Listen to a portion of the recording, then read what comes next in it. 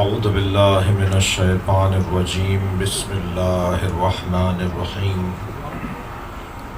الحمد للہ الذی لا یبلغ مدحتہ القائلون ولا یحصی نعماءہ العادون ولا یعدی حقہ المجتہدون الذي ليس لصفته حد محدود ولا نعت موجود ولا وقت معدود ولا أجل ممدود فطر الخلائق بقدرته ونشر الرياح برحمته الصلاة والسلام على الرسول المسدد المصطفى العمجد المحمود الأحمد سیدنا و مولانا و مولا الکونین جد الحسن والحسین وعانی ابو القاسم محمد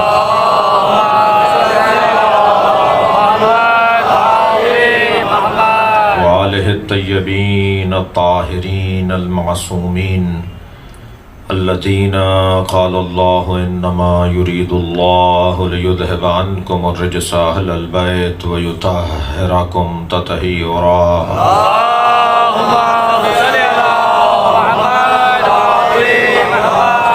ولعنۃ اللہ علی اعدائہم اجمعین من یوم عداوتہم الی قیام یوم الدین اما بعد قال الحکیم فی قرآن الکریم بسم اللہ الرحمن الرحیم یا نساء النبی لستن کأحد من النساء ان اتقیتن صلوات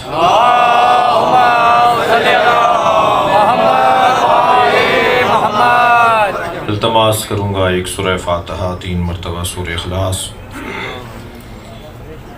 مرحوم و مغفور حاجی زوار غلام عباس اور سید حسنین عابدی کا ایکسیڈنٹ ہوا ہے، میرے عزیز نے کہا ان کے بارے میں بتایا۔ خاص طور پر آج کی اس مجلس کا عنوان ہے برائے ایصال ثواب بے عنوان فضائل جناب زہرا مرحوم مغفور زوار غلام عباس رحم اللہ من قرأ الفاتحہ۔ بسم اللہ الرحمن الرحیم الحمدللہ رب العالمین الرحمن الرحیم إياك نعبد وإياك نستعين اهدنا الصراط المستقيم صراط الذين أنعمت عليهم غير المغضوب عليهم ولا الضالين بسم الله الرحمن الرحيم قل هو الله أحد الله الصمد لم يلد ولم يولد ولم يكن له كفوا أحد بسم الله الرحمن الرحيم قل هو الله أحد الله الصمد لم يلد ولم يولد ولم يكن له كفوا أحد اللهم صل على محمد وعلى محمد صلوات دیا کریں گے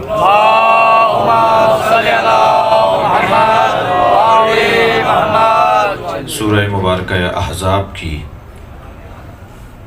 میں نے آپ کے سامنے 32ویں آیت کا پہلا وقف جائز پڑھا ہے۔ پروردگار عالم اپنے اس کلام میں عظمت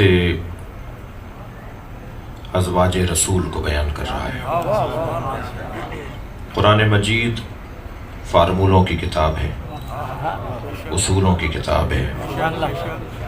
قرآن قاعدے بیان کرتا ہے، وہ قاعدے جہاں بھی مکمل ہوں گے وہی مراد ہوگی۔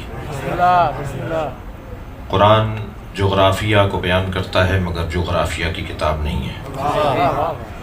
قرآن ریاضی کو بیان کرتا ہے مگر وہ میتھ کی اور ریاضی کی کتاب نہیں ہے۔ قرآن تاریخ کو بیان کرتا ہے مگر یہ کتاب تاریخ کی نہیں ہے۔ قرآن فلسفے کو اور منطق کو، علم کلام کو اور علم فقہ کو بیان کرتا ہے مگر کسی ایک علم میں محدود نہیں ہے۔ قرآن مجید قاعدے قوانین کی کتاب ہے۔ اگر اس میں ایک نبی کے بارے میں یہ آیت آ گئی ہو کہ ہمارا نبی مردوں کو زندہ کرتا ہے، تو یہ ضروری نہیں ہے کہ ہر نبی کے بارے میں نام آئے کہ یہ نبی بھی زندہ کرتا ہے، یہ نبی بھی زندہ کرتا ہے۔ اور اگر مفضول نبی کے بارے میں آ جائے کہ وہ مردوں کو زندہ کرتا ہے تو خود بخود افضل نبی کو یہ ماننا مشکل نہیں ہونی چاہیے کہ وہ مردوں کو زندہ کرتا ہے۔ اگر حضرت عیسیٰ مردوں کو زندہ کرتے ہیں تو عیسیٰ جس نبی کے پوتے کے پیچھے نماز پڑھیں گے، اس صلوات پڑھ لیں محمد والا۔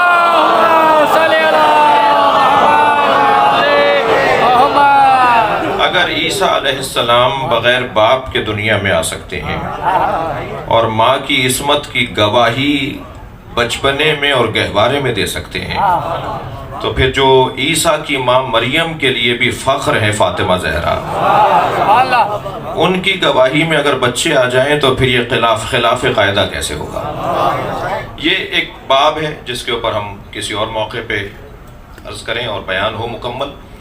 بحث اتنی ہے کہ اللہ نے جو بھی نبی سے منسوب ہے اسے عزت عطا کی ہے۔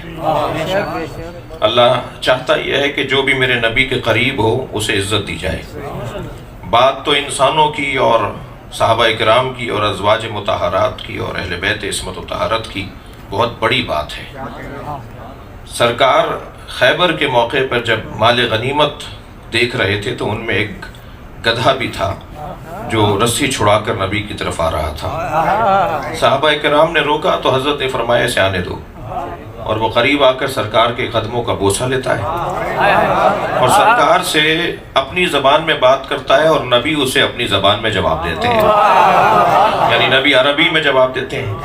اور پھر سرکار نے فرمایا اصحاب سے کہ یہ مجھ سے کہہ رہا ہے کہ میرے آباء و اجداد کی پشت پر نبی یا وصی نبی بیٹھے ہیں، ایک مدت سے کوئی نبی یا وصی نبی ہماری پشت پر نہیں بیٹھا، آپ کچھ دیر کے لیے میرے اوپر سواری کریں یا علی سے کہیں کہ مجھ پہ بیٹھ جائیں۔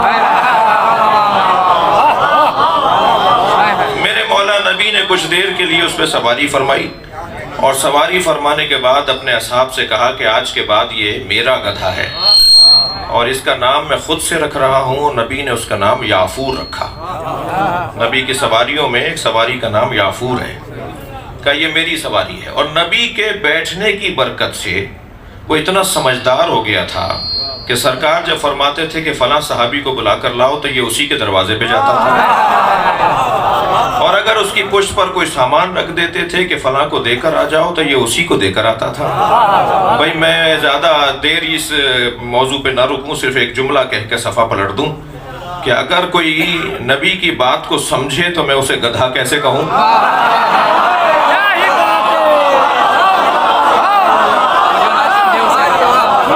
اور اگر کوئی مسلمان نبی کی بات کو نہ مانے تو میں اسے انسان کیسے کہوں؟ صلوات پڑھے محمد و آلہ۔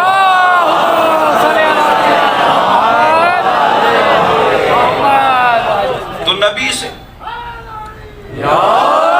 نبی سے جو بھی نسبت ہے، دیکھیں یہ ساری جو کیفیات ہیں یہ نسبتوں کی وجہ سے۔ مثلا یہاں سادات کرام تشریف فرمائے ہیں، کیوں ان کا احترام کرتے ہیں غیر سادات؟ نبی سے منسوب ہونے کی وجہ سے کہ یہ سرکار سے منسوب ہے۔ اس ممبر پر میں بغیر وضو کے نہیں بیٹھتا، کیوں؟ یہ لکڑی جہاں سے کاٹ کر لائی گئی ہوگی، اس کا دوسرا حصہ کہیں اور بھی لگا ہوگا، مگر اس کا تو احترام نہیں ہے، اس ممبر کا کیوں ہے؟ اس لیے کہ یہ منسوب ہو گئی۔ تو بس اگر نسبت کسی مقدس وجود سے ہو جائے تو پھر وہ نسبت کی وجہ سے معظم ہو جاتا ہے۔ خبردار میرے محترم سننے والوں، کسی کی توہین نہیں ہونی چاہیے، کسی کی بے ادبی نہیں ہونی چاہیے۔ ویسے بھی شیعہ قوم بد تہذیبی اور بد ادبی اور بے ادبی والی قوم تو ہے نہیں جی۔ مہذب لوگ ویسے بھی گالیاں نہیں دیتے، تو جب مہذب لوگ گالیاں نہیں دیتے تو شیعہ تو ویسے ہی اسلام کی بہترین تصویر کو کہا جاتا ہے۔ اور میرے لیے یہ اعزاز کی بات ہے کہ اس مجلس میں بھی ایک بڑی تعداد میرے سنی بھائیوں کی بیٹھی ہے، اور مجلس میں حیدرآباد میں پڑھ رہا ہوں، اور حیدرآباد کا تو حسن یہ ہے کہ یہاں شیعوں سے زیادہ سنیوں کی عزاداری ہے، اور خاص طور پر سندھ کا حسن یہ ہے کہ یہاں کا تو ہندو بھی عالی مدد بولتا ہے۔ یہ کس نے کہہ دیا کہ ہماری ہے کربلا؟ شاعر کہتا ہے ملنگ کہ یہ کس نے کہہ دیا کہ ہماری ہے کربلا؟ حق بات تم کہو تو تمہاری ہے کربلا۔ جو بھی اہل بیت کا ذکر کرے گا، جو بھی حق بات کہے گا، اچھا یہ ذہن علی میں رہے کہ مولا علی نے اپنے شیعوں کو جو الف بے پڑھائی ہے نا، الف بے یہ پڑھائی ہے کہ ہمیشہ ظالم سے نفرت کرنا اور مظلوم سے پیار کرنا۔ ظالم ظالم ہے چاہے شیعہ ہو، مظلوم مظلوم ہے چاہے سنی ہو۔ ہمیں یہ دیکھنا ہی نہیں ہے کہ کون کون سا شناختی کارڈ لیے پھر رہا ہے۔ علی کو تو ویسے ہی شناختی کارڈ والا مسلمان نہیں چاہیے۔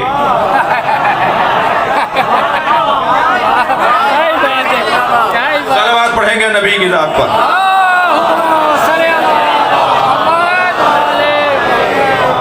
اس سے بہتر اور بلند صلوات نبی والا۔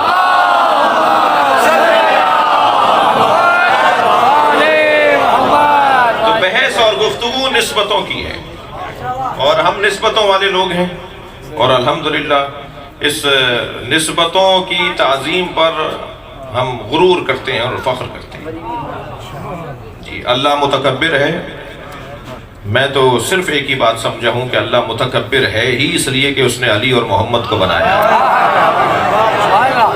اور اگر مجھے کبھی غرور کرنے کی اجازت ملی تو ہمیں غرور کرنے کی اجازت صرف اس بات پر ملے گی کہ میرے دل میں علی بستا ہے۔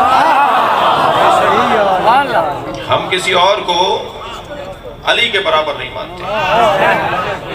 تو یہ بات ذہن میں رکھتے ہوئے کہ ہر ایک کا ہر مقام ہے، ہر ایک کی عزت ہے، ہر ایک کا ایک وجود ہے، اور میں اگر کسی کو نہیں جانتا نہیں مانتا تو کوئی اور اسے جانتا اور مانتا ہے۔ تو رواداری رہے، پاسداری رہے، اخلاقیات رہیں، تہذیب رہے، اور اس اخلاقیات اور تہذیب کے ساتھ آگے بڑھنا ہے۔ خبردار مملکت کے اندر، وطن میں، شہر میں کوئی فساد کا حصہ کسی کو نہیں بننا چاہیے۔ اور یہ اور بات ہے کہ تاریخ کے حقائق کو بیان کرنا بھی اسی ممبر کی ذمہ داری ہے، اور حقائق کو بیان کرنا اتنے اچھے انداز سے ہنر ہے کہ بات بھی منتقل ہو جائے اور کانٹا بھی نہ چبھے۔ یہ کام ذرا مشکل ضرور ہے مگر کرنے کا کام ہے، اور یہ بات ذہن میں رہے کہ سب کا مقام اپنا ہے، سب کی حیثیت اپنی ہے، سب کا وجود ہے۔ جی مثلاً اب یہ کیمرے یہاں چند رکھے ہوئے، میں کہہ دوں کیمرہ نہیں ہے بھائی رکھا ہوا ہے، تو ہر ایک کا وجود ہے اور اس وجود کا انکار کوئی نہیں کر سکتا۔ مگر یہ سب کے ذہن میں رہے کہ اس ممبر کا موٹا سا پیغام یہ ہے، اس ممبر کا واضح اور روشن پیغام یہ ہے کہ علی علی ہے۔ کوئی بھی مولا کائنات سے قابل مقایسہ نہیں ہے۔ اور ہوتا ہے ہم بہت ساری چیزوں پر الجھ رہے ہوتے ہیں، مشکل میں پڑ رہے ہوتے ہیں، مگر یہ بات بھی ذہن میں رہے کہ جس جگہ آپ اور ہم بیٹھے ہیں نا، یہ اینک بدلنے کی جگہ ہے، یہ دید بدلنے کی جگہ ہے۔ یہاں بیٹھنے والے کو وہ اینک لگائی جاتی ہے جو کربلا نظر آئے۔ ہم کربلائی اینک سے دیکھتے ہیں، اور جس کے پاس کربلا ہوتی ہے نا تو پھر وہ 56 اسلامی ممالک میں اکیلا بھی ہو تو تنہا ایسے کھڑا ہوتا ہے جیسے لشکر کھڑا ہوتا ہے، اسے کوئی تناؤ، کوئی کھچاؤ، کوئی پریشانی نہیں ہوتی، اور انتہائی اطمینان کے ساتھ وہ میدان میں ڈٹا رہتا ہے۔ ہمارے سامنے جو نظریہ ہے وہ کربلا کا ہے۔ یہ فرش عذاب بظاہر اس وقت ایک بڑی تعداد تکلیف میں بیٹھی ہوگی، تنگ جگہ ہے، اور بعض لوگوں کو پہلو بدلنے کی جگہ بھی نہیں مل رہی، لیکن جتنی دیر آپ اس تکلیف میں بیٹھے رہیں گے اتنی ہی دیر کے لیے جنت میں وسعتیں ملیں گی۔ تو اب اس کا یہ بھی ہرگز مطلب نہیں ہے کہ میں 3 گھنٹے کی مجلس پڑھوں، کہ آپ کہیں کہ صاحب جتنی زیادہ پڑھ سکتے ہیں پڑھتے رہیں تاکہ وہاں کوئی فائدہ ہو جائے، تو وہاں تو ویسے بھی گنا تو جائے گا نہیں، تولا جائے گا۔ اللہ کے ہاں گنا نہیں جاتا۔ کتنی رکعتیں میرے لیے لے کر آئے ہو یہ نہیں دیکھا جائے گا، کیسی لائے ہو۔ وہ جو 5 لاکھ روپے امام حسین پہ خرچ کر رہا ہے، کیا معلوم اس کا وہ مقام حسین کے نزدیک نہ ہو جو 50 روپے خرچ کرنے والے کا ہے۔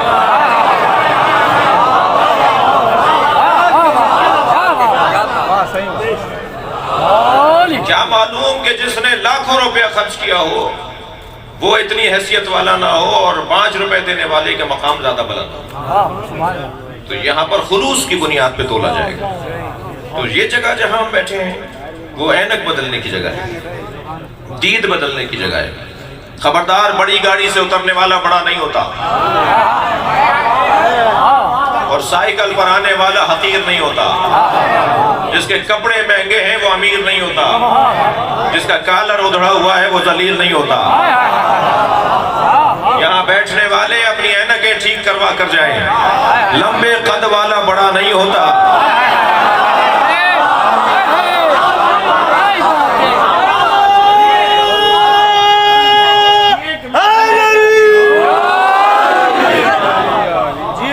اینک تبدیل کرو بھائی، وہ دیکھو جو حسین دکھانا چاہتے ہیں۔ میں ایک جگہ سے گزر رہا تھا کہ رستے میں ایک سانپ بیٹھا ہوا تھا، میں نے دیکھا تو میں نے سوچا کہ یہ موذی ہے، حملہ کرے گا۔ میرے بڑھتے ہوئے قدم رک گئے، لوگوں نے مجھے دیکھ کے تبصرے شروع کیے، دیکھو مولانا کو شجاعت کی باتیں کرتے ہیں، بڑی بڑی باتیں کرتے ہیں، سانپ سے ڈر رہے ہیں۔ اب میں سوچنے لگا ان کے چڑھانے میں آؤں یا عقل مندی کا ثبوت دوں۔ بہت سارے لوگ چڑھانے کے بعد غائب بھی ہو جاتے ہیں، مڑ کر دیکھو تو نظر نہیں آتے۔ تو ابھی کھڑا سوچ رہا تھا کہ چھوٹا سا بچہ میرے برابر میں آ کے کھڑا ہوا، کہنے لگا مولانا یہ سانپ پلاسٹک کا ہے۔ جیسے ہی مجھے معلوم ہوا یہ سانپ پلاسٹک کا ہے، میں نے اسی پر پیر رکھا، اسے کچلتا ہوا چلا گیا۔ معلوم یہ ہوا جب حقائق روشن ہو جاتے ہیں تو اقدامات بھی تبدیل ہو جاتے ہیں۔ میں جملہ عدیہ کر رہا ہوں، ساری دنیا جس یزید سے ڈر رہی تھی حسین اسے خوب جانتے تھے۔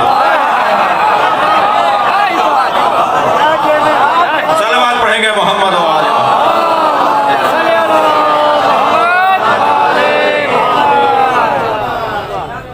یہاں بہت روشن اور واضح انداز سے پیغام دینے کی جگہ ہے، اور الحمدللہ معقول انداز سے گفتگو کی جائے، مدلل انداز سے گفتگو کی جائے۔ خطبہ و ذاکرین اور علماء تشریف فرما ہیں، اور بہت سے بعد میں سنیں گے ان ریکارڈوں کو۔ بہت ہی مدلل اور معقول انداز سے بات کرنے کی ضرورت ہے، بات بھی ہو جائے اور بری بھی نہ لگے، اس لیے کہ ہمیں چڑھانا نہیں ہے، سمجھانا ہے۔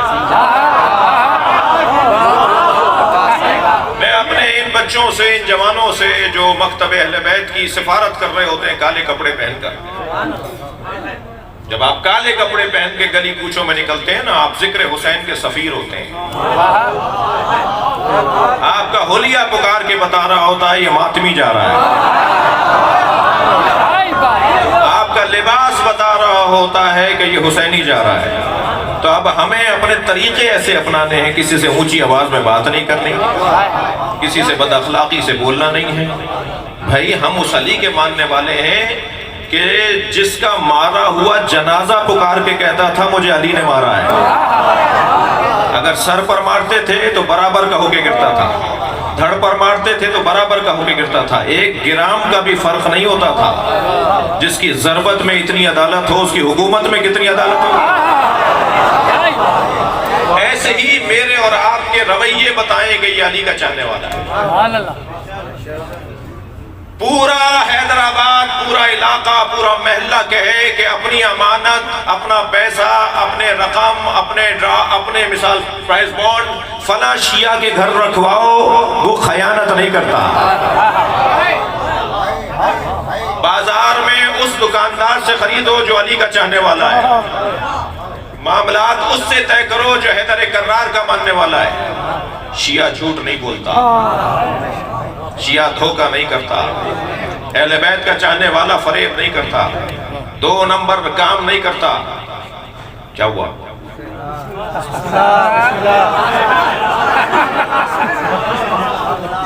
کیا ہوا بھائی؟ صلوات پڑھیں ذرا محمد۔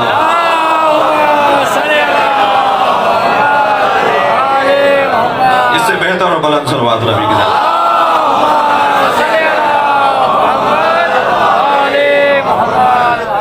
توجہ ہے؟ ایسا ہی ہے نا جیسا میں کہہ رہا ہوں؟ کیوں نہیں؟ بسم اللہ کیوں نہیں بھائی؟ بولے نا، میں آج آپ سے بیعت لے کر جاؤں گا۔ صلوات پڑھے محمد و آل محمد۔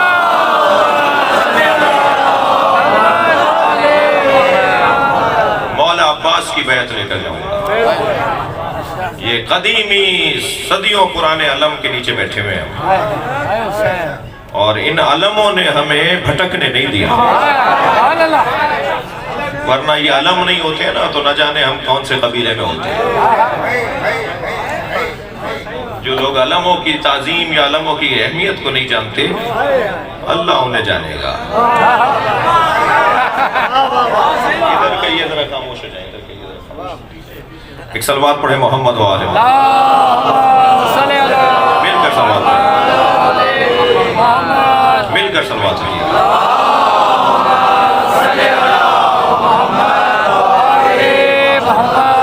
توجہ میرے ساتھ ہے۔ میں نے بہت دیر لگا دی اپنے تمہیدی بیان کو مکمل کرنے میں۔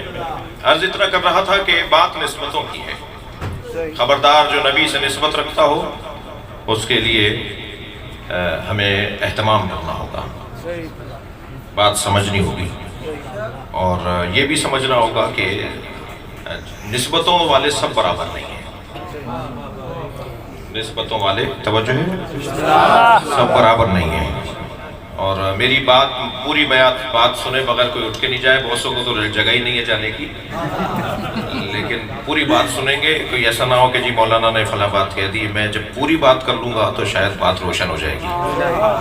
نسبتیں سب کی ایک جیسی نہیں ہیں جی، کہہ دوں جملہ، سرکار نے جب اینٹوں کے گھر میں چادر کا گھر بنایا تو اینٹوں کے گھر میں جو رہتے تھے وہ اہل بیت نبی تھے، اور جو چادر کے گھر میں آئے وہ اہل بیت نبوت تھے،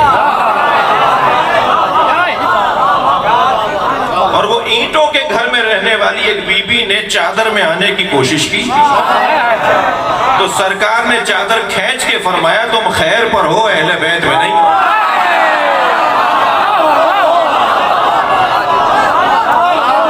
صلوات پڑھیں گے محمد و آل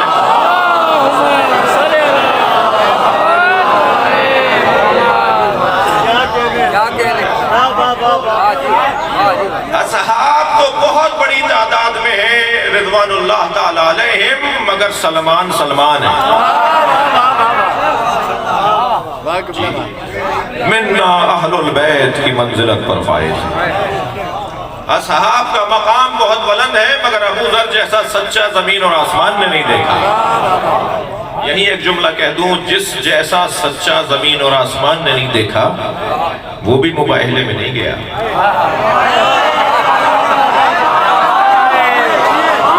بھائی مباہلے میں کیوں جا رہے تھے؟ بحث تھی، مباحثہ تھا، جب دلیل نہیں مانی تو کہا ہم مباہلہ کریں گے۔ ثم نبتہل فنجعل لعنت اللہ علی الکاذبین، ہم مباہلہ کریں گے اور پھر جھوٹوں پر اللہ کی لعنت بھیجیں گے۔ تو جھوٹوں پر لعنت کرنے کے لیے تو سچا چاہیے نا جی، تو ابو ذر سے زیادہ تو زمین آسمان نے سچا نہیں دیکھا، مگر یہ بھی مباہلے میں نہیں گئے۔ کوئی نہیں کہہ سکتا کہ نہیں تھے موجود، کیوں نہیں تھے جی۔ بہت عرصے کے بعد تیسری دور حکومت کے اندر آپ کی رحلت ہوئی ہے، ربضہ میں آپ کو جلا وطن کر کے شہید کیا گیا ہے، موجود تھے، 9 ہجری کا واقعہ ہے مباہلے کا۔ سرکار حضرت ابو ذر کو کیوں نہیں لے کر گئے؟ ابو ذر سے زیادہ سچا زمین و آسمان نے نہیں دیکھا، یہ طے ہے، مگر ابو ذر بھی جھوٹوں پہ لعنت کرنے کے قابل نہیں ہے۔ جھوٹوں پہ لعنت وہ کرے گا جن کی زندگیوں میں نہیں، دور دور سے جھوٹ گزرا ہی نہ ہو۔ اس معیار کے نکلے تو یہ 5 ہی نکلیں گے۔ لہذا پیغمبر اکرم اس کی گونج بیٹا ختم کرواؤ، میں نے اس سے کہا تھا ایک صلوات اور ہدیہ کریں۔ مجھے آپ کا خیال ہے اپنے ساتھ، میری آواز گونجے گی تو بہت سے لوگوں کو بات دیر سے منتقل ہوگی، اس کی ایک کو ختم کرو اور آواز بڑھا دو تھوڑی سی۔ ایک صلوات اور نبی کی ذات پہ ہدیہ کریں۔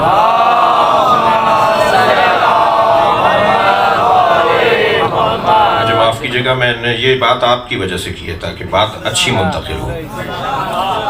اب ہمارے ساتھ مشکل یہ ہے کہ ہم مجلس بھی اچھی پڑھیں اور مائک بھی ٹھیک کروائیں اور کیمرے بھی ٹھیک کروائیں، لائٹیں بند کروائیں، اور ممبر بھی کچھ ایسا ہو کہ بیٹھنے کے لیے صحیح ہو، تو صرف خطیب ہی نہیں ہے، سارے کام کرنے ہیں۔ تو آپ کی محبتوں کا شکر گزار ہوں، بات آگے بڑھا رہا ہوں۔ یا نساء النبی جو ترجمہ کیا گیا ہے وہی کروں گا اور پھر اس پہ تنقید کروں گا۔ ترجمے پہ تنقید کرنا یہ طالب علم ہونے کی علامت ہے، قرآن پہ تنقید کرنا یہ کافر ہونے کی علامت ہے۔ قرآن پہ تنقید نہیں ہوگی، تنقید ہوگی ترجمے پہ، تفسیر پہ ہو سکتی ہے۔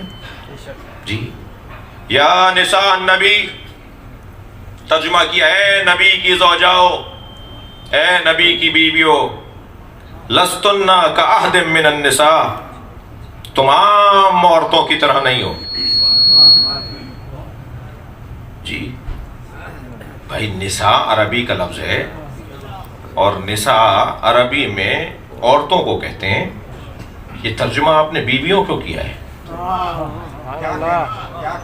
آپ کو ترجمہ کرنا چاہیے تھا اے نبی کی عورتوں۔ اب جب نبی کی عورتوں کی بات ہوگی تو بیٹیاں بھی عورتوں میں ہیں، بہنیں بھی ہیں، مثلا مائیں بھی ہیں، بیٹیاں بھی ہیں، خالائیں بھی ہیں، پھوپھیاں بھی ہیں، جو بھی گھر میں رہتا ہے، اور زوجائیں بھی ہیں۔ لیکن ترجمہ سب نے کیا کہ اے نبی کی زوجاؤ۔ نساء کا ترجمہ زوجہ کیسے ہو گیا؟ نساء تو سورہ نساء یہ عورتوں سے متعلق ہے نا، خواتین، بہت ساری خواتین کو نساء کہا جاتا ہے، امرأہ کہا جاتا ہے ایک عورت کو، نساء کہا جاتا ہے بہت ساری عورتوں کو، اور ایک عورت کو بھی کہا جاتا ہے، یہ اس میں جنس ہے، ایک کو بھی کہیں گے اور بہت ساری عورتوں کو بھی کہیں گے۔ یا نساء النبی، اے نبی کی زوجاؤ، کیوں کہاں سے ترجمہ ہو گئے؟ کہنے لگے بعد والی جو آیت کے حصے ہیں وہ قرینہ ہیں کہ یہ نبی کی زوجاؤں سے متعلق بات ہو رہی ہے، تو اس کا مطلب یہ ہوا کہ آپ قرینے کے مطابق ترجمہ کرتے ہیں، ٹھیک ہے؟ تو اگر آپ قرینے کے مطابق ترجمہ کرتے ہیں کہ بعد میں کیونکہ بیویوں سے متعلق بات ہو رہی ہے، مثلا ان اتقیتن، تم عام عورتوں کی طرح نہیں ہو، پہلی شرط یہ ہے کہ تقوی رکھنا، دوسری شرط یہ ہے فلا تخضعن بالقول فیطمع الذی فی قلبہ مرض، اور لگی لپٹی باتیں نہ کرنا، دوسری شرط لگی لپٹی باتیں نہ کرنا، کہیں تمہاری لگی لپٹی باتوں کی وجہ سے جن کے دلوں میں پہلے ہی بیماری ہے وہ تمہاری طمع نہ کرنے لگے، یہ دوسری شرط لگا دی۔ تیسری شرط لگائی وَقُلْنَ قَوْلًا مَعْرُوفًا، اور سیدھی سیدھی صاف صاف روشن روشن باتیں کرو۔ پھر چوتھی شرط لگا دی وَقَرْنَ فِي بُيُوتِكُنَّ، اور خبردار اپنے گھر میں ہی ٹکی رہنا، باہر نہ نکلنا۔ اب یہ شرائط لگائی جا رہی ہیں کہ نبی کی زوجاؤں کے لیے یہ شرطیں ہیں جس کی بنیاد پر ہم ترجمہ کر رہے ہیں نبی کی زوجاؤں۔ پھر اور آگے شرط بڑھی وَلَا تَبَرَّجْنَا تَبَرَّجَ الْجَاهِلِيَّةِ الْأُولَىٰ، زمانہ جاہلیت کی طرح نہ رہنا، زمانہ جاہلیت کی طرح اعلان اسلام سے پہلے جیسی تم تھیں ایسے نہیں رہنا۔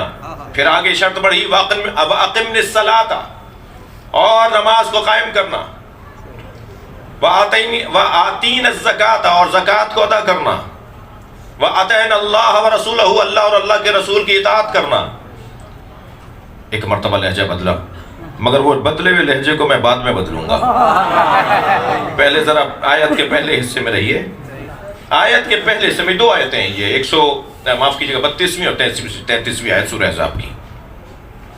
یہ یا نساء النبی پلٹی ہے اسی بحث کی طرف، یا نساء النبی، اے نبی کی زوجاؤ، ترجمہ کیوں کیا؟ کہا جی بعد میں کیونکہ قرینے نبی کی زوجاؤں سے متعلق بات ہو رہی ہے تو ہم نے نساء کا ترجمہ بیوی کر دیا، زوجہ کر دیا۔ تو معلوم ہوا کہ آپ قرینے کے مطابق ترجمہ کرتے ہیں، تو جب یہاں قرینے کے مطابق آپ نے ترجمہ کیا، لفظی بدل دیا، تو پھر وہاں کیوں نہیں تبدیل کرتے؟ فَقُلْ تَعَالُوا نَدْعُ أَبْنَاءَنَا، کہہ دو ہم اپنے بیٹے لاتے ہیں، تم اپنے بیٹے لاؤ۔ وَنِسَاءَنَا وَنِسَاءَكُمْ، ہم اپنی بیٹیاں لاتے ہیں، تم اپنی بیٹیاں لاؤ۔ وہاں ترجمہ کیوں کرتے ہیں کہ ہم اپنی عورتیں لاتے ہیں، تم اپنی عورتیں لاؤ؟ اس لیے کہ وہاں نساء کا لفظ بیٹوں کے ساتھ آیا ہے، ابن کے ساتھ آیا ہے، تو قرینے کے مطابق ترجمہ کیجئے کہ ہم اپنی بیٹیاں لاتے ہیں، تم اپنی بیٹیاں لے کر آؤ۔ اچھا پھر وہاں ترجمہ کیوں نہیں کرتے آپ؟ وَأَنفُسَنَا وَأَنفُسَكُمْ، نیچے لکھ دیتے ہیں ہم اپنے نفس لاتے ہیں، تم اپنے نفس لاؤ۔ ترجمہ کرو نا، تو عربی میں لکھ دیا آپ نے، اردو اوپر بھی عربی میں لکھا ہوا ہے انفسنا، نیچے بھی لکھ دیا آپ نے ہم اپنے نفس لاتے ہیں، نفس کا ترجمہ کرو نا۔ ہم اپنے جیسے لاتے ہیں، تم اپنے جیسے لاؤ۔ بھائی امت کے ایک طبقے کو بڑا شوق ہے کہ نبی ہم جیسے ہیں، انہیں جا کر کوئی بتائے کہ اللہ نے صرف علی کو نبی جیسا بنایا ہے۔ صلوات پڑھیں محمد و آل محمد۔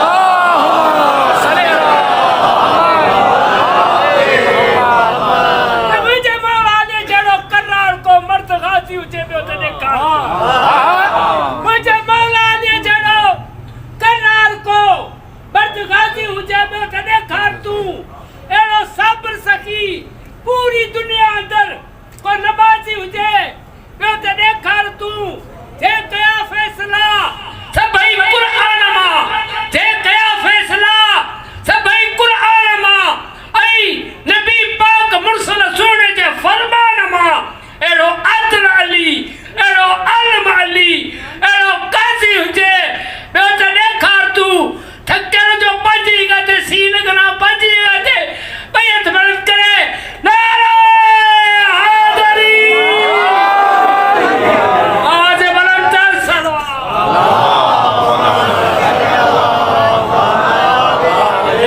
اب ذرا قرآن کی اس آیت کی تفسیر سنیے۔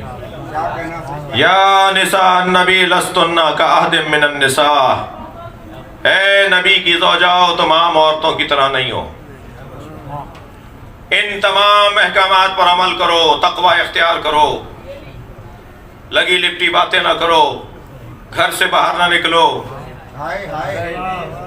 زمانہ جاہلیت کی طرح زندگی نہ گزارو، نماز پڑھو، روزہ رکھو، زکوٰۃ دو، اور فوراً لہجہ بدلا، انما یرید اللہ لیذھب عنکم الرجس اہل البیت، اللہ کا ارادہ ہے کہ اہل بیت آپ کو ہر برائی سے دور رکھے۔ بھائی یہ لہجہ بدل گیا، وہ مؤنث کے صیغے تھے، یہ مذکر کا صیغہ آ گیا، اس لیے کہ عورتوں میں، سبھی عورتوں میں مؤنث کے ہی صیغے آئیں گے نا۔ جب اہل بیت کی بات آئی تو کیونکہ غالب مرد ہیں تو مردوں والا صیغہ آ گیا۔ وہاں کہا جا رہا ہے یہ نہ کرو، وہ نہ کرو، یہ نہ کرو، وہ نہ کرو، یہاں کہا جا رہا ہے میں نے تمہاری ضمانت لے لی ہے، کوئی نجاست تمہارے قریب نہیں آئے گی۔ یہ لہجے کا بدلنا بتا رہا ہے کہ وہ اور ہیں، یہ اور ہیں۔ جی اور عزیزو، میں تو ایک مشکل مرحلے سے اس طرح سے گزرتا ہوں کہ بعض یا اکثر مریدوں نے پیروں کو مروایا ہوا ہے، ہنسایا ہوا ہے۔ پیر صاحب کو تو پتہ ہی نہیں ہوتا میرے اندر کوئی کمال ہے، مرید کہتا ہے میرا پیر ایسا، اور پھر پیر صاحب کہتے ہیں یہ کہہ رہا ہے کہ میں ایسا ہوں، مجھے نہیں پتا میں ایسا ہوں۔ صحابیات تشریف فرما ہیں، ازواج رسول بیٹھی ہوئی ہیں، راویات بیٹھی ہوئی ہیں، حضرت عائشہ تشریف فرما ہیں، سیدہ زہرا سلام اللہ علیہ تشریف فرما ہے کہ ایک مرتبہ ایک راویہ نے، ایک صحابیہ نے آواز دے کر کہا یا عائشہ آپ جنت میں نبی کی زوجہ ہوں گی، اور بی بی زہرا کو دیکھ کر کہا آپ علی کی زوجہ ہوں گی، جوڑا کون سا بڑا ہوگا؟ سوال اچھا ہے، آپ نبی کی زوجہ ہوں گی اور زہرا علی کی زوجہ ہوں گی، جوڑا کون سا بڑا ہے؟ حضرت عائشہ نے جواب دینا بھی پسند نہیں فرمایا، اور اس راویہ کو، اس صحابیہ کو دیکھ کر فرمایا، اور انہیں دیکھا، پھر جناب زہرا کو دیکھ کر کہا لیتنی کنت شعرۃ راسک، اے فاطمہ کاش میں تمہارے سر کا ایک بال ہوں۔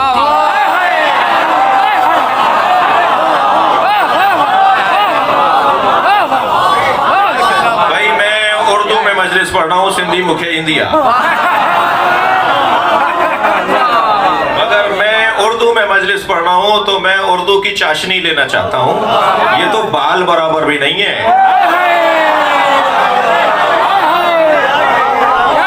صلوات پڑھیں محمد و آل محمد۔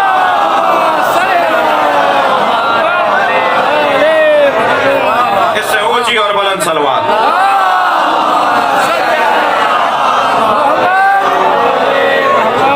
کسی نبی کی زوجہ محترمہ نے نہیں کہا کہ میں سیدہ جیسی ہوں۔ کل مجھے ایک اہل سنت دانشور ملے، کہنے لگے کہ میں اہل سنت ہوں، مگر ہمارے چاروں امام جعفر صادق کے یا بالواسطہ شاگرد تھے یا بلا واسطہ شاگرد تھے۔ تو میں نے کہا جی آپ مجھے کیوں بتا رہے ہیں، خود سمجھیے، یہ بات تو یہ ہونی چاہیے، خود سمجھے نا۔ استاد کے ہوتے ہوئے حیدرآباد میں ماہر ڈاکٹر کو چھوڑ کر آپ شاگرد ڈاکٹر سے پوچھیں گے؟ بے احترامی اس کی نہیں کرتے ہم، ڈاکٹر وہ بھی ہے۔ بیسٹ ڈاکٹر کے پاس، زیادہ ماہر کے پاس جانا عقل کا تقاضا ہے جی۔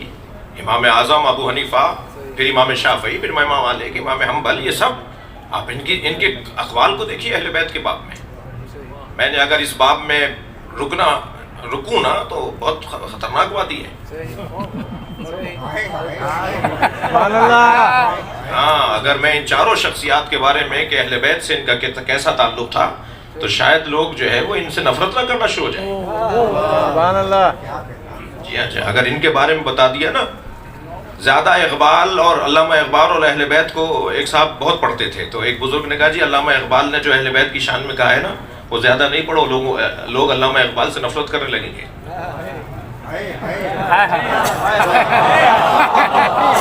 اقبال کو معاف کر دو، اقبال کو معاف کر دو، زیادہ بتا دیا۔ شاہ عبد اللطیف بھٹائی کو اگر سچا پڑھنا شروع کر دیا تو ایک طبقہ تو مزار پہ جائے گا ہی نہیں۔ تو یہ تو ایک حقیقت ہے نا۔ اگر امام اعظم ابو حنیفہ کو اور امام مالک کو، امام شافعی کو، امام حنبل کی ایک بات سنا دوں، مستقل موضوع ہے لیکن میں بات کی ہے تو اس کو تھوڑا سا نبھانا چاہیے۔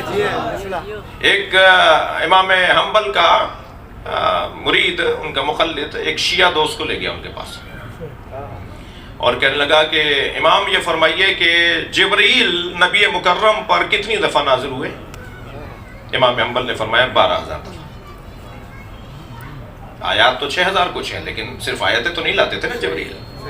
میں یہ غلط فہمی دور کر رہا ہوں بچوں، جبریل تو صرف آیتیں نہیں لاتے تھے نا، جبریل تو نوکری کے لیے 10 دفعہ آئے، اس کے علاوہ بھی آتے تھے۔ تو کہا 12,000 دفعہ سرکار پہ جبریل امی علیہ السلام نازل ہوئے۔ اب وہ شیعہ دوست کو چٹکی بھرنے کے لیے کہنے لگا علی پر کتنی دفعہ آئے؟ وہ سوچ رہا تھا اب یہ شرمندہ ہوگا، بھائی علی اور نبی کا مقایسہ ہم تو نہیں کرتے، ہم نے تو کبھی نہیں کہا، ہم تو مولا علی کے مطابق کہتے ہیں کہ مولا علی فرما رہے ہیں میں محمد کے غلاموں میں غلام ہوں۔ مگر وہ شیعہ دوست کو چٹکی بھرنے کے لیے کہنے لگا علی پر جبریل کتنی دفعہ آئے؟ تو امام حنبل نے فوراً فرمایا 24,000 دفعہ۔ لینے کے دینے پڑ گئے۔ کہنے لگا حضور نبی پر 12,000 دفعہ اور علی پہ 24,000 دفعہ، بات سمجھ میں نہیں آ رہی۔ کہنے تم نے یہ حدیث نہیں پڑھی، انا مدینۃ العلم وعلی بابها، میں شہر علم ہوں، علی اس کا دروازہ ہے، آنے والا دروازے پہ 2 دفعہ آتا ہے، آتے پہ بھی آتا ہے، جاتے صلوات پڑھیں محمد۔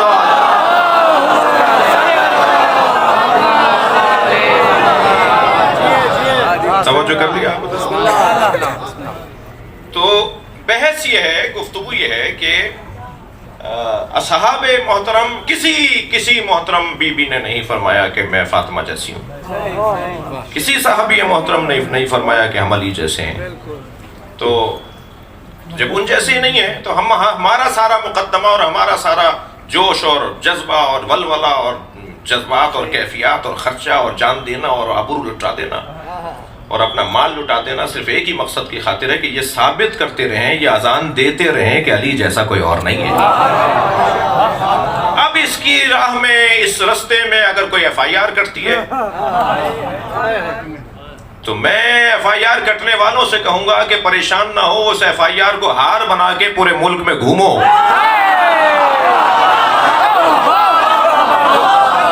اور سینہ چوڑا کر کے کہو میں رجسٹرڈ مولائی ہوں۔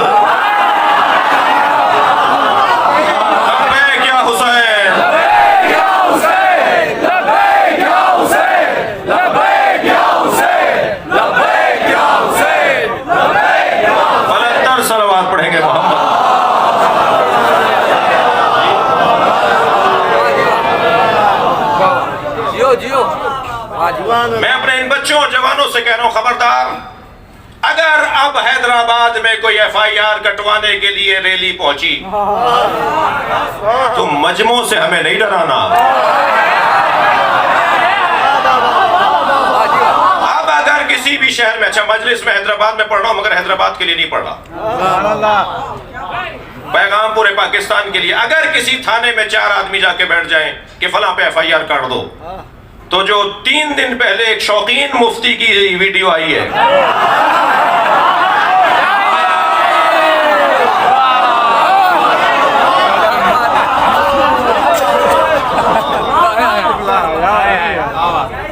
بھائی میں ممبر کی زبان میں بولوں گا، بات ممبر کی زبان میں ہوگی، آپ وہ ویڈیو پہلے رکھ کر کہیں پہلے اس پہ FIR کاٹو۔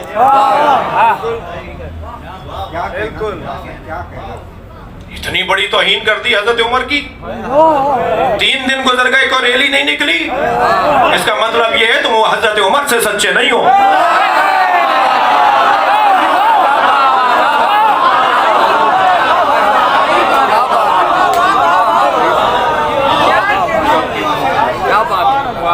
ورنہ تم نے تو ایک ایسی سنی سنائی بات کے اوپر پورے ملک کے اندر ریلیاں نکالنا شروع کر دیا۔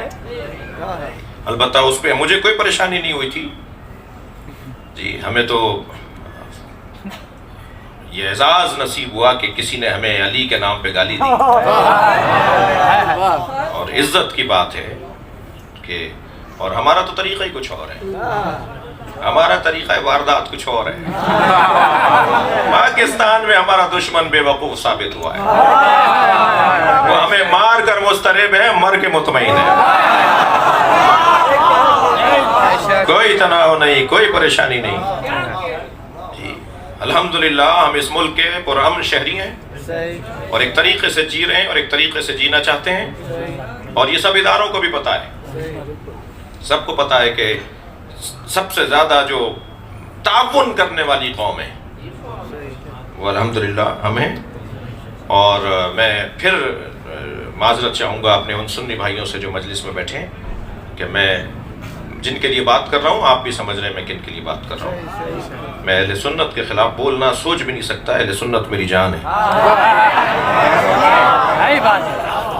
اہل سنت کے خلاف بولنا میں سوچ بھی نہیں سکتا، اور یہ دل کی گہرائی سے کہہ رہا ہوں، کسی سے کوئی خوشامد بھی نہیں ہے، مگر تکفیریوں کے بارے میں، جنونیوں کے بارے میں، کہیں سے تنخواہ پانے والوں کے بارے میں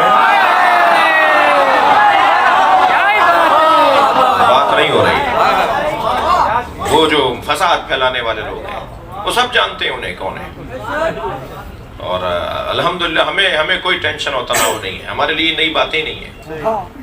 اس وقت تو پوری دنیا میں 56 اسلامی ممالک میں 1.5 ملک شیعوں کے ہیں، آدھا لبنان اور 1 ایران، 1.5 ملک ہمارے ہیں۔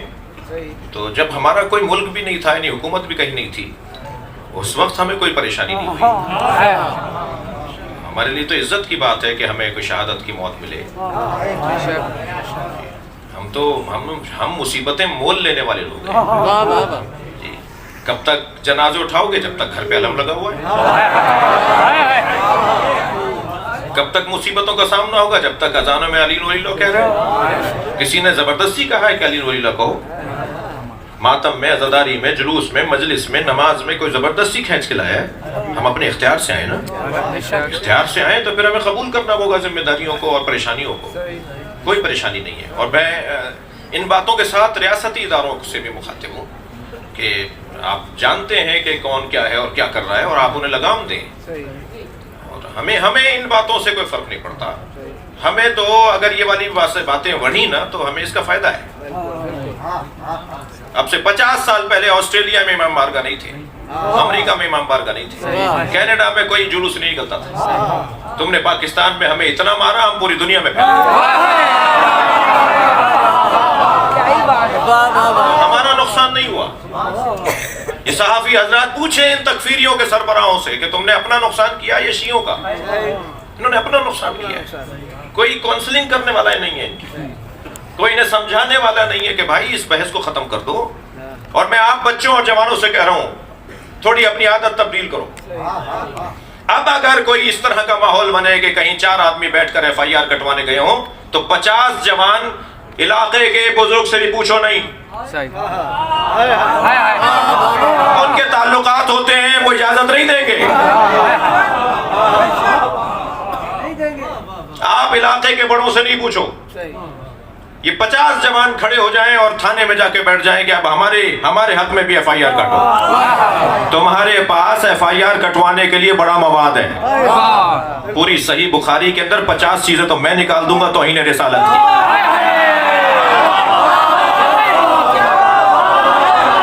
کتب صحاح ستہ کے اندر ازواج مطہرات کی توہین بھری ہوئی ہے, اہل بیت کی توہین بھری ہوئی ہے. اور یہ صحیح بخاری کے حافظ ہوتے ہیں, کہیں نہ کہیں پڑھا ہوا ہوتا ہے, کلپ مل جائے گا. نہیں کرو یہ والی باتیں. میں ناگواری کے ساتھ یہ باتیں کر رہا ہوں, آئینہ دکھانے کے لیے یہ باتیں کر رہا ہوں. میری الحمدللہ ہم بے وارث نہیں ہیں. ہمارا جو پردے میں وارث بیٹھا ہے, ساری دنیا کی طاقت ایک طرف, میرے امام مہدی کے مسکرانا ایک طرف. ہم بے وارث نہیں ہیں.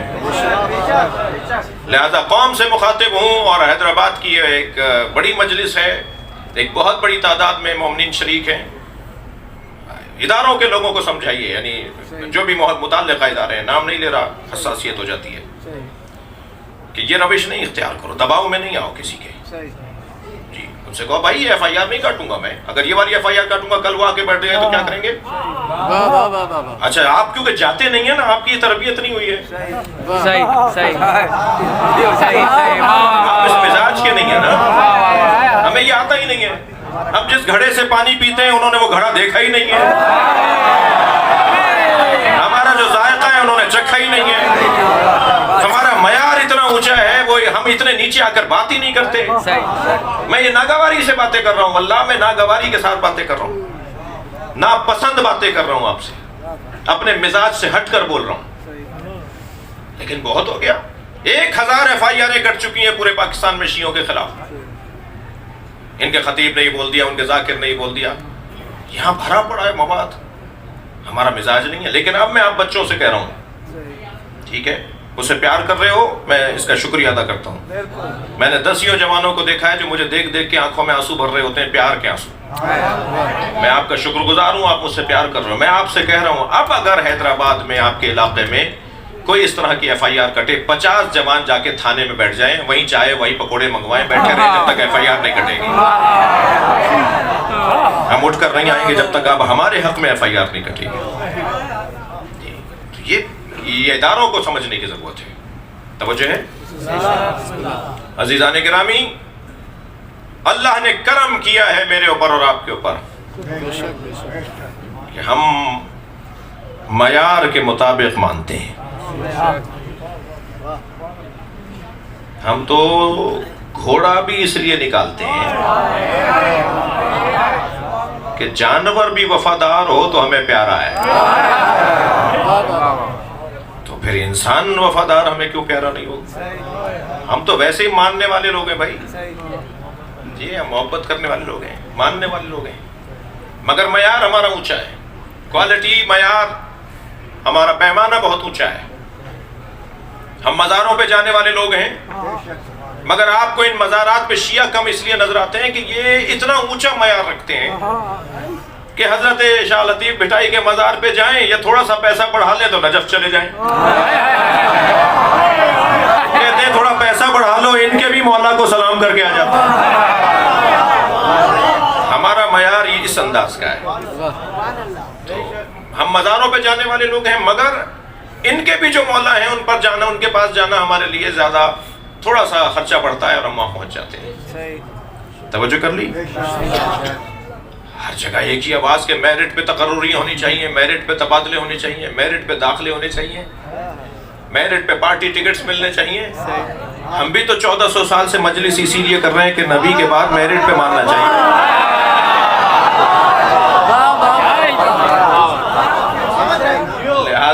لہذا وہ جو معیار ہے, میں پھر کہہ رہا ہوں کہ خبردار کسی کی بے ادبی, مولا علی کے فضائل پڑھ رہا ہوں اس کا مطلب ہے کسی کی توہین کر رہا ہوں, یہ کہاں سے ہو گیا؟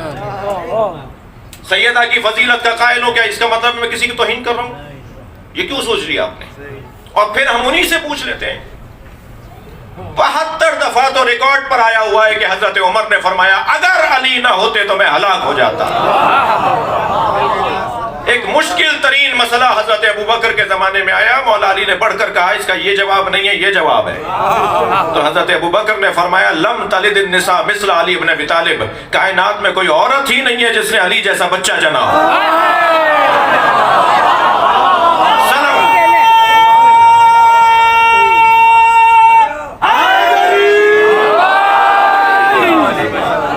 لہذا اہل بیت کا مقام، ان کی عظمت، ان کے فضائل بہت روشن اور واضح ہیں، اور کسی کی بے احترامی اور بے ادبی نہیں ہونی چاہیے۔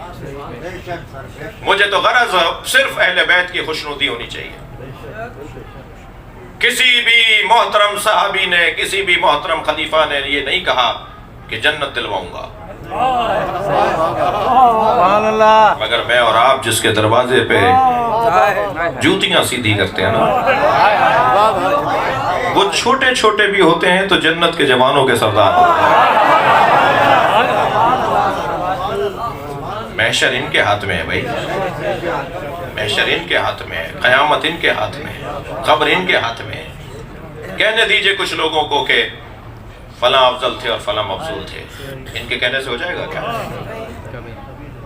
اچھا عجیب بات نہیں ہے، حیدرآباد کا مجلسی مجمع بیٹھا ہے، عجیب بات نہیں ہے، قیامت میں علی سب سے افضل اور دنیا میں چوتھے نمبر پر۔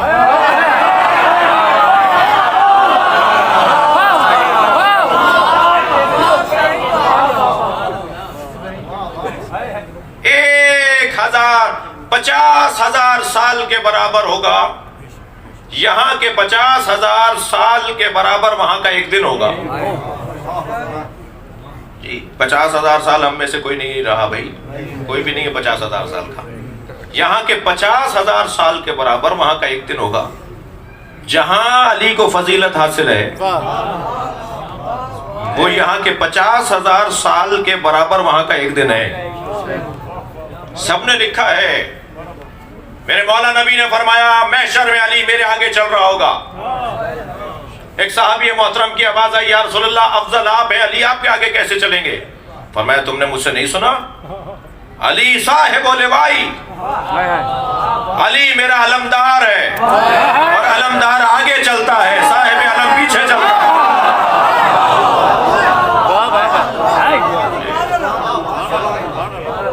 یہ فضیلت کسی اور کو حاصل ہے؟ صاحب لواء الحمد مولا علی۔ شام کا دربار، زیادہ ہم سے بات نہیں کرو اس موضوع پہ، نہیں الجھاؤ ہمیں کہ تبرہ کرتے ہیں، بے ادبی کرتے ہیں، توہین کرتے ہیں۔ ایک جیسا قانون بناؤ، جو بھی توہین کرے اس پہ لعنت بھیج دو۔ اگر مجھ پر FIR کٹے تو اس پہ بھی کٹواؤ جس نے 80 سال تک علی پہ لعنت کروائی تھی۔ یہ دوہرا معیار کیسا ہے؟ سکوت، خاموش، ان کے بارے میں کچھ نہیں کہنا، تو خاموش رہتے نا۔ یہ کیوں کہہ رہے ہو کہ بے گناہ بے خطا فلانا فلانا؟ کیوں بول دیے؟ 70 سالوں میں یہ نہیں ہوا اور وہ نہیں ہوا، 70 سالوں میں یہ بھی نہیں ہوا کہ بی بی زہرا کو کہا جائے کہ فدق مانگتے وقت معاذ اللہ خطا پڑتی۔ 70 سالوں میں یہ بھی نہیں ہوا کہ امیر فلاں زندہ باد کا نعرہ لگاؤ۔ 70 سالوں میں یہ بھی نہیں ہوا کہ فلاں اور فلاں حق پر ہے اور نعرے لگائے گئے ہو کہ بے خطا بے گناہ۔ اگر فلاں بے خطا بے گناہ ہے تو مولا علی کو کیا کہہ رہے ہو پھر؟ تم اتنی بڑی توہین کر جاؤ۔ نبی نے پہلے ہی سب کچھ بتا دیا تھا، یا علی جو تم سے جنگ کرے وہ مجھ سے جنگ کر رہا ہے۔ کوئی کرے گا کیا؟ کسی کو کرنی تھی کیا علی سے جنگ؟ تو پھر کیوں فرما رہے تھے نبی؟ بتا دیا پہلے سے ہونا ہے کچھ۔ میری فاطمہ کو جو ناراض کرے وہ مجھے ناراض کیا، کوئی ہونا تھا کیا؟ سرکار نے پہلے بتا دیا کہ ہاں ہونا ہے کچھ۔ نہیں عزیزان گرامی، اس بحث کو نہیں چھیڑو، سیدھے سیدھی بات، روشن بات کے ساتھ رہنا چاہیے۔ اہل بیت کی عظمت کے برابر کسی کی عظمت نہیں ہے، مگر زور زبردستی کی بنیاد پر نہیں۔ اصل میں پریشانی کچھ اور ہے، میں بچوں کو بتاؤں۔ پریشانی یہ ہے کہ تیزی سے اہل بیت کے مریدوں میں اضافہ ہو رہا ہے،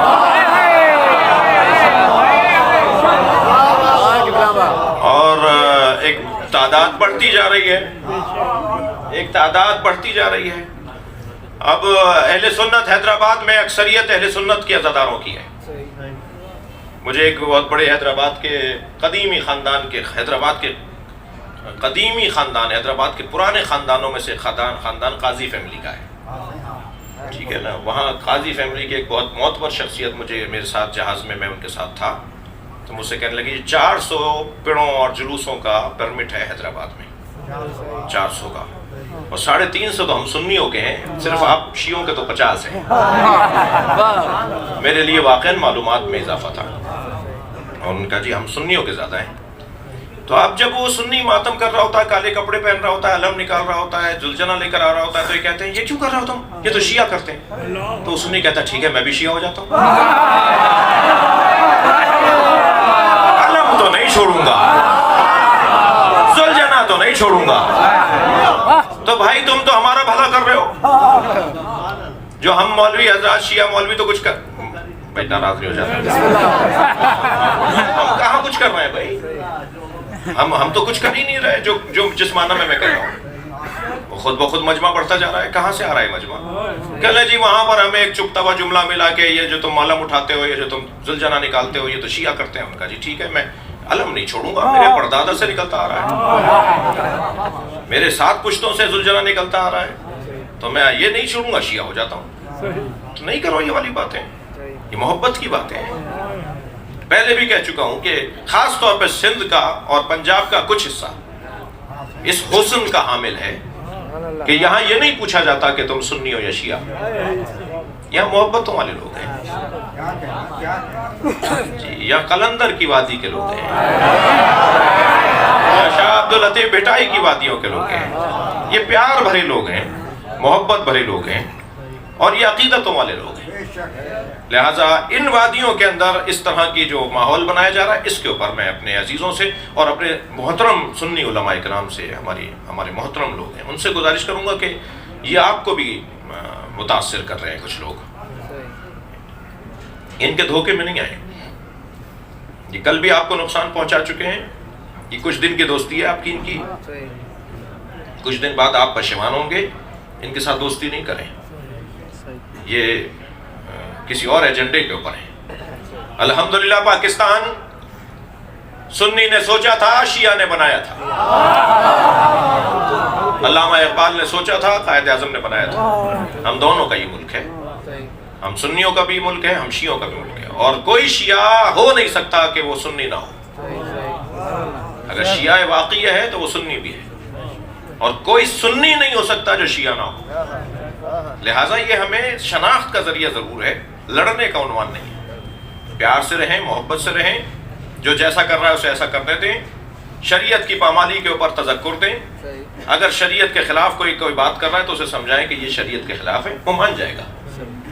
اسے پتہ نہیں تھا اس لیے اس نے ایسا کیا. ایک جگہ نیاز میں بھنگ پلا رہے تھے، تو ایک صاحب نے کہا بھائی یہ کیا کر رہے ہو، یہ جائز نہیں ہے. تو مان گیا وہ. اب کوئی ہو ایسا تو کیا کریں گے آپ؟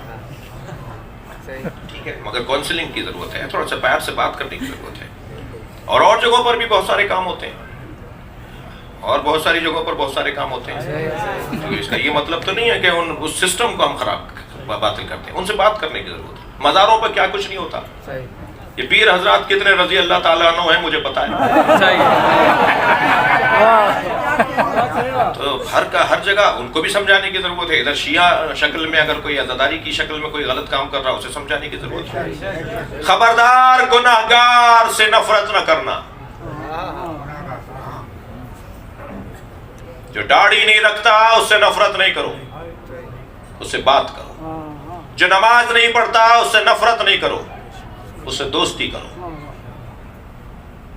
کردار کے کمزور لوگوں سے نفرت نہیں کرو. ممکن ہے میں نیچے اتروں تو مولانا وزیر مجھے پکڑ لیں کہ پھر امر بالمعروف اور نہی عن المنکر کیا ہے، برائی سے نفرت کیا ہے، اچھائی سے پیار کیا ہے. کیا بول رہے تھے آپ ممبر پہ بیٹھے؟ میں یہی تو کہہ رہا ہوں کہ برائی سے نفرت کرو، برے سے نفرت نہ کرو. برے سے نفرت ہوگی تو پھر اس کی اصلاح کیسے ہوگی؟ اس سے گفتگو ہو، پیار ہو. میرے ایک اسکول میں میری اسکول کی محترمہ پرنسپل صاحبہ، ہم وزٹ پہ گئے تو کہنے لگے میں 10 بچوں کو نکال رہی ہوں. ہم نے پوچھا جی کیا حالات ہیں، کتنے بچے طالب علم؟ کہا جی ایسے ایسے اور یہ اور 10 بچوں کو نکال رہے ہو. بھائی کیوں نکال رہی ہیں؟ کہنے نہیں پڑھتے نہیں ہیں. میں نے کہا جو پڑھتے نہیں ہیں انہیں نکال رہی ہیں، جو پڑھتے ہیں انہیں رکھ رہی ہیں، تو آپ کا کیا کمال ہے؟ بھائی جو نہیں پڑھتے انہیں نہیں نکالیں، انہیں پڑھائیں نا، ان پہ محنت کریں، ڈبل محنت کریں، دوبارہ ان کی کلاس رکھتے ہیں، ان کے لیے ٹیوشن رکھیں۔ یہ کیا بات ہوئی پڑھنے والے رہیں گے نہ پڑھنے والے نکل جائیں گے؟ تو پھر آپ نے کیا کیا؟ وہ تو بچے خود پڑھ رہے ہیں۔ یہ کون سا ہنر ہے کہ صاحب اچھے اچھے لوگوں سے دوستی ہے اور جو خدا نخواستہ کردار کا کمزور ہے اس سے نفرت ہے؟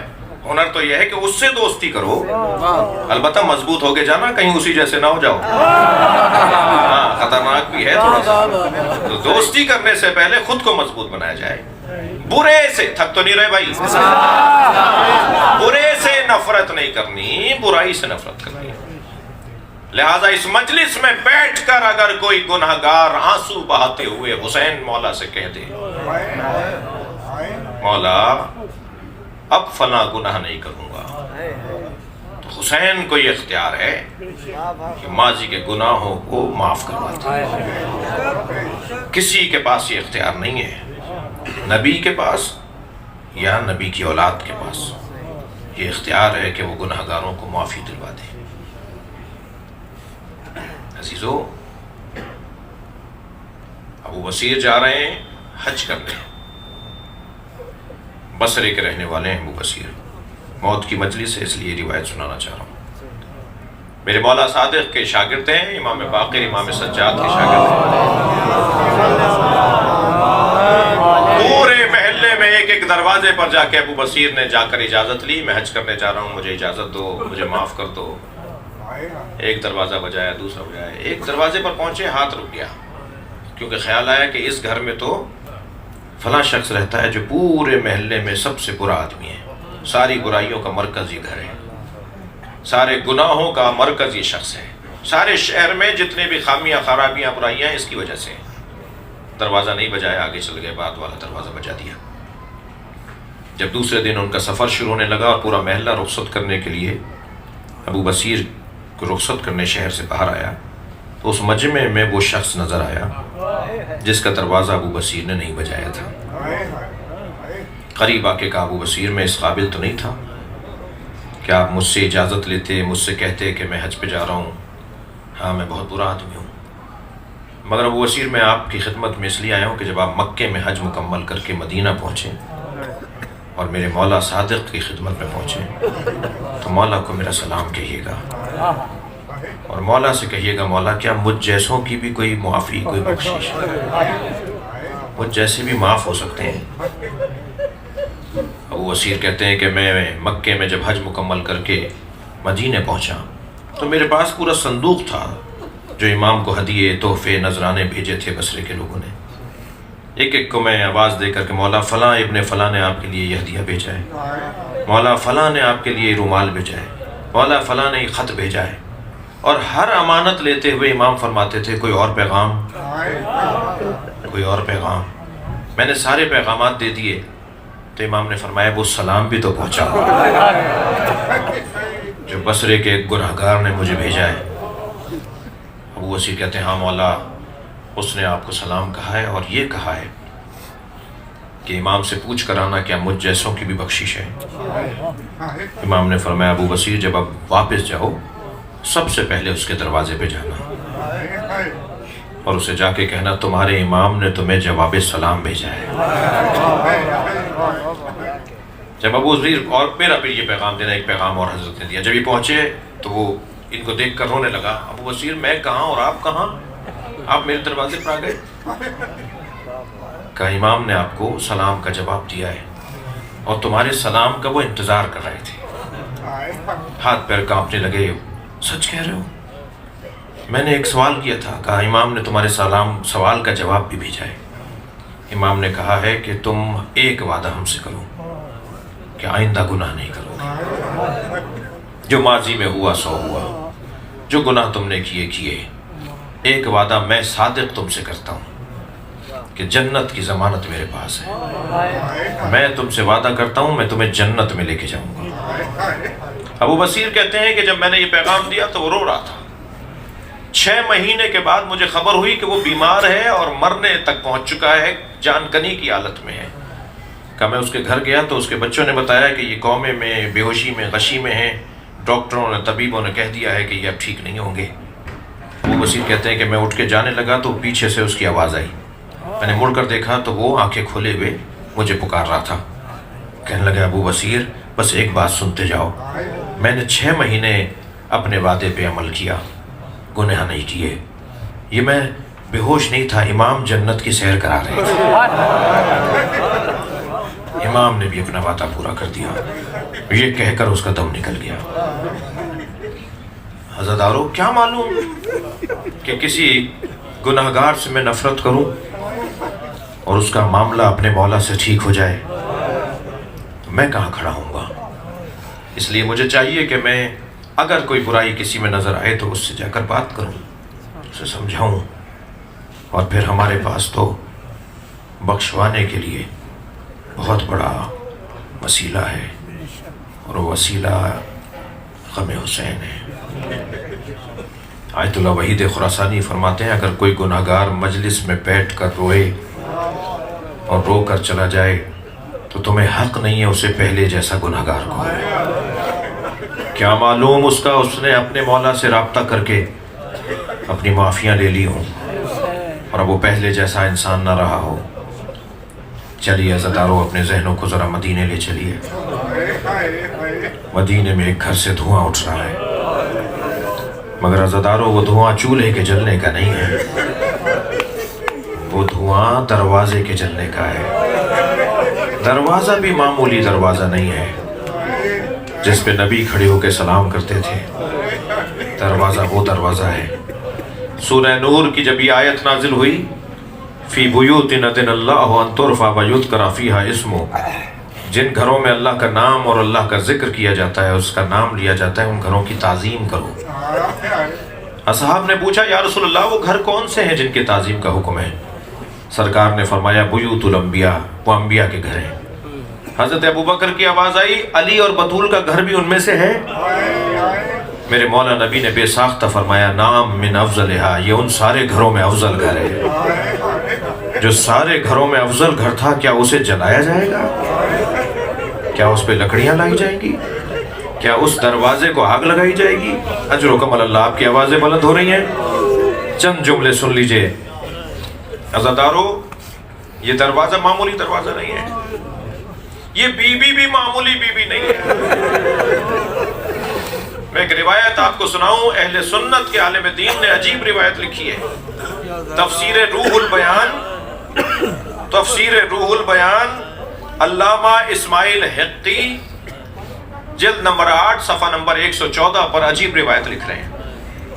وہ کہتے ہیں رویا انا فاطمہ الزہرا، روایت ہے کہ جب فاطمہ زہرا نزل علیہا ملک الموت، جب بی بی پہ ملک الموت روح قبض کرنے کے لیے آیا، لم ترز بقبض ہی، سیدہ نے کہا میں تمہارے ہاتھوں روح قبض نہیں کرواؤں گی۔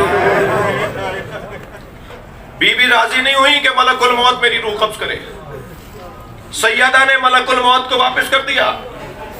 وہ لکھتے ہیں فقبض اللہ روحہا، اللہ اکبر، زہرا کی روح خود اللہ نے قبض کی۔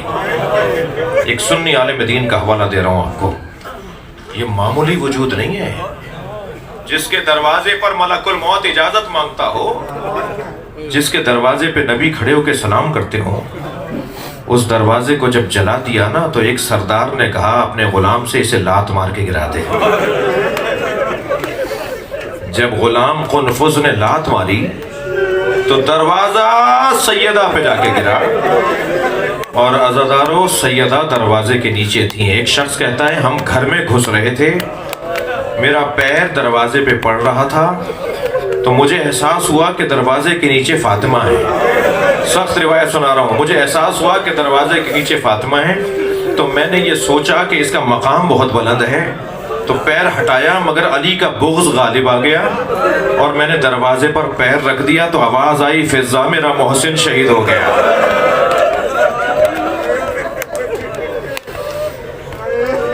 اجرکم اللہ، اجرکم اللہ۔ جب آپ بلند آواز سے روتے ہیں نا، امام جعفر صادق دعا دیتے ہیں یا اللہ یہ ہمارے عمر کو زندہ کر رہے ہیں۔ مجھے نہیں معلوم، یقیناً محلے میں پڑھ رہا ہوں تو گھر میں خواتین بھی سن رہی ہوں گی، چھوٹے بچوں کی ماں اگر مر رہی ہو نا تو وہ پریشان اس بات پر ہوتی ہے میرے بچے کیسے پلیں گے۔ کبھی فلاں عزیزہ کو بلا کر کہتی ہے میری بیٹی کا خیال رکھنا، کبھی فلاں عزیز سے کہتی ہے میرے بچے کا خیال رکھنا۔ عزادارو، جب جناب زہرا کی شہادت ہونے لگی، جناب زینب 3.5 سال کی ہے، امام حسن 6 سال کے ہیں، امام حسین 4.5 سال اور 5 سال کے ہیں، چھوٹے چھوٹے بچوں کی ماں امام مولا علی کو بلا کر کہا یا علی، میرے حسن کا یہ مزاج ہے، حسن غیرت مند بہت ہے،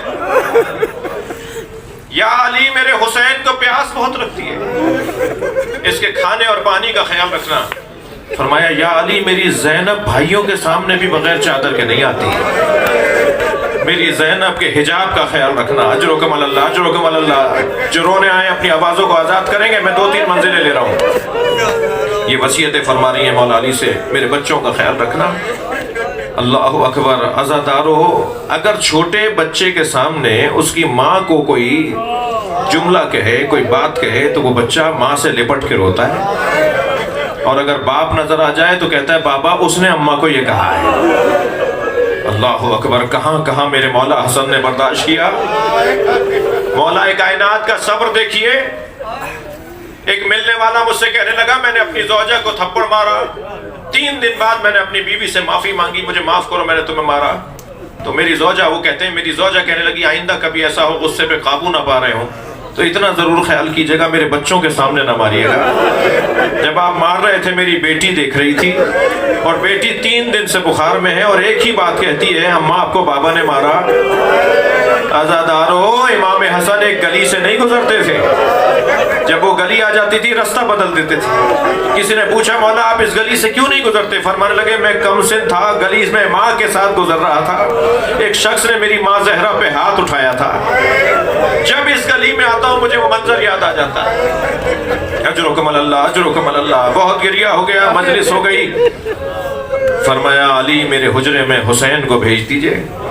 امام حسین سے بھائی حسن کے لیے بہن زینب کے لیے وصیتیں فرمائی۔ فرمایا اب حسن کو بھیج دیجئے۔ امام حسن سے بھائیوں اور بچوں کے لیے وصیتیں فرمائی۔ آخر میں فرمایا اب زینب کو بھیج دیجئے۔ اجرکم اللہ، اجرکم اللہ۔ 3.5-4 سال کا سن ہے جناب زینب کا۔ کہا میرے حجرے میں زینب کو بھیج دیجئے۔ بی بی آئیں اور کہا زینب وہ سامنے صندوقچہ رکھا ہے اٹھا کے لاؤ۔ جناب زینب صندوقچہ لے کر آئیں۔ کہا زینب اس میں کچھ نظر آیا؟ اماں اس میں کفن رکھے ہوئے ہیں۔ فرمایا جب تمہارے نانا کی رحلت ہونے لگی، میرے بابا رسول کی رحلت ہونے لگی، جنت سے جبریل پنجتن کے کفن لائے تھے، ایک کفن نبی کو دے دیا، یہ 4 کفن پنجتن کے ہیں، تم ایک ایک کفن دکھاتی رہو، میں تمہیں بتاتی رہوں کہ کون سا کفن کس کا ہے۔ میں بی بی سے ہاتھ جوڑ کر کہوں گا بی بی بہت کم سن بچی ہے، بڑی سنگین ذمہ داری دے رہی ہے، یہ کام تو بڑی عورتوں کے پاس ہوتے ہیں، مگر جناب زینب سے فرمایا لاؤ بتاؤں میں کون سا کس کا کفن ہے۔ ایک کفن دیکھ کر فرمایا انہی دنوں میں تمہارے بابا علی گھر میں آ کے تم سے کہیں گے زینب اپنی ماں کا کفن دے دو، تو یہ کفن میرا ہے اپنے بابا کو دے دینا۔ دوسرا کفن دیکھ کر فرمایا زینب کچھ مدت کے بعد تمہارا بھائی حسن تم سے آ کے کہے گا بابا علی کا کفن لا دو، تو یہ بابا علی کا کفن ہے جو جنت سے آیا ہے۔ پھر ایک کفن دیکھ کر فرمایا کچھ مدت کے بعد تمہارا بھائی حسین آ کر کہے گا بھائی حسن کا کفن لا دو، تو یہ بھائی حسن کا کفن ہے۔ عزادارو آخری کفن رہ گیا، جناب زینب نے دکھایا تو روتے ہوئے زہرا نے کہا یہ بھی بھائی حسن کا کفن ہے۔ جناب زینب سے رہا نہیں گیا، کہنے لگی اماں بھائی حسین کا کفن؟ فرمایا حسین کا کفن جنت سے نہیں آیا، میرا بچہ کربلا کے میدان میں بغیر کفن کے دفنایا جائے گا۔ حسین کربلا میں غریب ہوگا۔ الا لعنت اللہ علی قوم الظالمین فسیعلم الذین ظلموا